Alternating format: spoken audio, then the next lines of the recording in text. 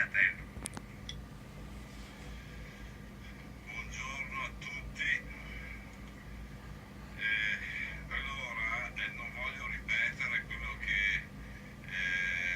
le altre associazioni hanno già detto, sottolineo però l'importanza morale di risparmiatori traditi, quindi state attenti, stiamo attenti, parlare di investitori incauti, speculatori, perché ci sono delle serie difficoltà morali in queste famiglie, sono 200.000 famiglie. Detto questo, al di là di tutto quello che avrete già sentito, io ho fatto una riflessione prima leggendo un documento della Consob del febbraio 2016.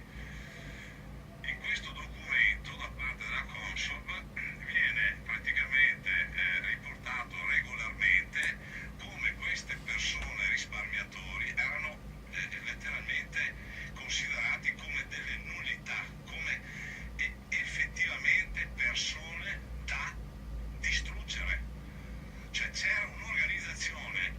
in queste banche che è vergognosa, ma la cosa più vergognosa è che era gestita da un software che operano ancora su altre banche. Quindi io quello che vi chiedo, e qua ho la relazione di Consob col pagina, verificate questo, perché oltre a quello che è successo, che ha sconvolto migliaia di persone, il problema è che bisogna vedere di fermare questa falla, perché se è come penso io, cioè se effettivamente ci sono dei software che gestiscono la profilettura, riescono a gestire e a mandare casa per casa gli impiegati delle banche e cambiare dal vero al falso, il falso al vero, e aggirare revisori, Banca d'Italia, Consob, allora queste non sono vittime, queste sono effettivamente persone che sono state sacrificate sapendo che andava a finire così. Quindi detto questo, questo viene riportato dalla Consob, dalla Banca d'Italia e dalla stessa audit della banca quando funzionava, perché prima il Veneto Banca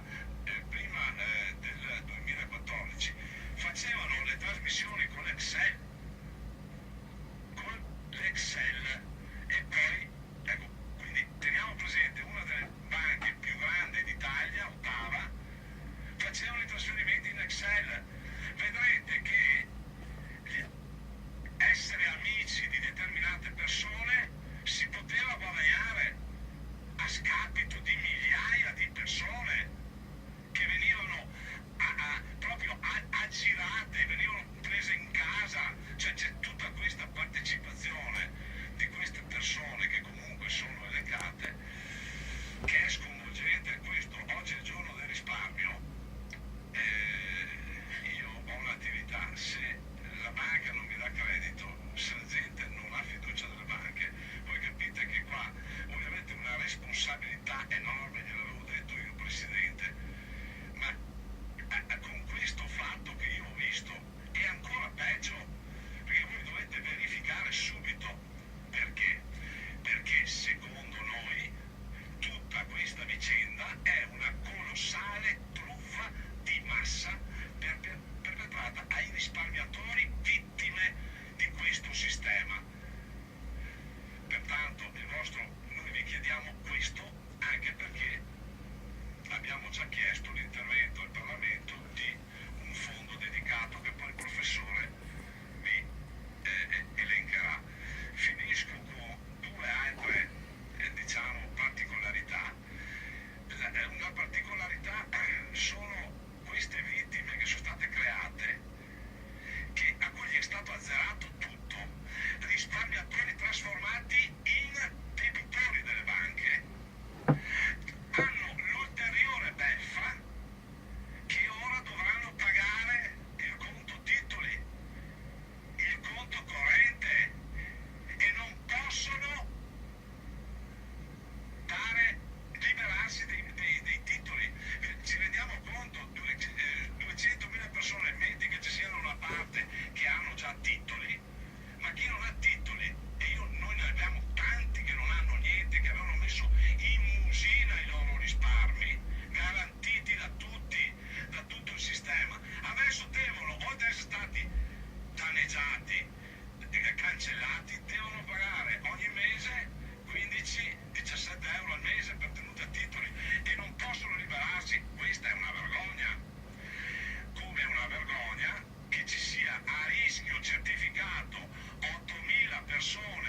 538 a rischio di suicidio e c'è qualcuno, pur con la buona volontà, che ha messo la disponibilità, che è Banca Intesa, che il giorno 10 di ottobre ha detto mettiamo a posto con 100 milioni di euro. Ma è che nessuno sa niente, perché io vengo chiamato da sta gente che mi dice ma qua sì, poi si andrà a maggio, si andrà a giugno 2018, questa è gente che con i 15.000 euro gli fa, cambia la vita. Allora io dico, voi siete tutti parlamentari, guardate che questa è di una gravità che è paurosa, cioè qua c'è in ballo il futuro di tutti, perché se passa sta cosa, perché non poteva passare, come dice qualcuno, speculatori, investitori, io penso che lo perdonino perché non sa cosa dice, perché non sa, non ha capito bene cosa è successo. Quello che è successo, se si dovesse ripetere in un'altra banca, noi dobbiamo capire e bloccare. Ecco, io passo la parola al professor Bettiolla, che lui è quello che ha studiato tutti i documenti della procura, quello che voi avrete bisogno, se avete bisogno, noi l'abbiamo evidenziato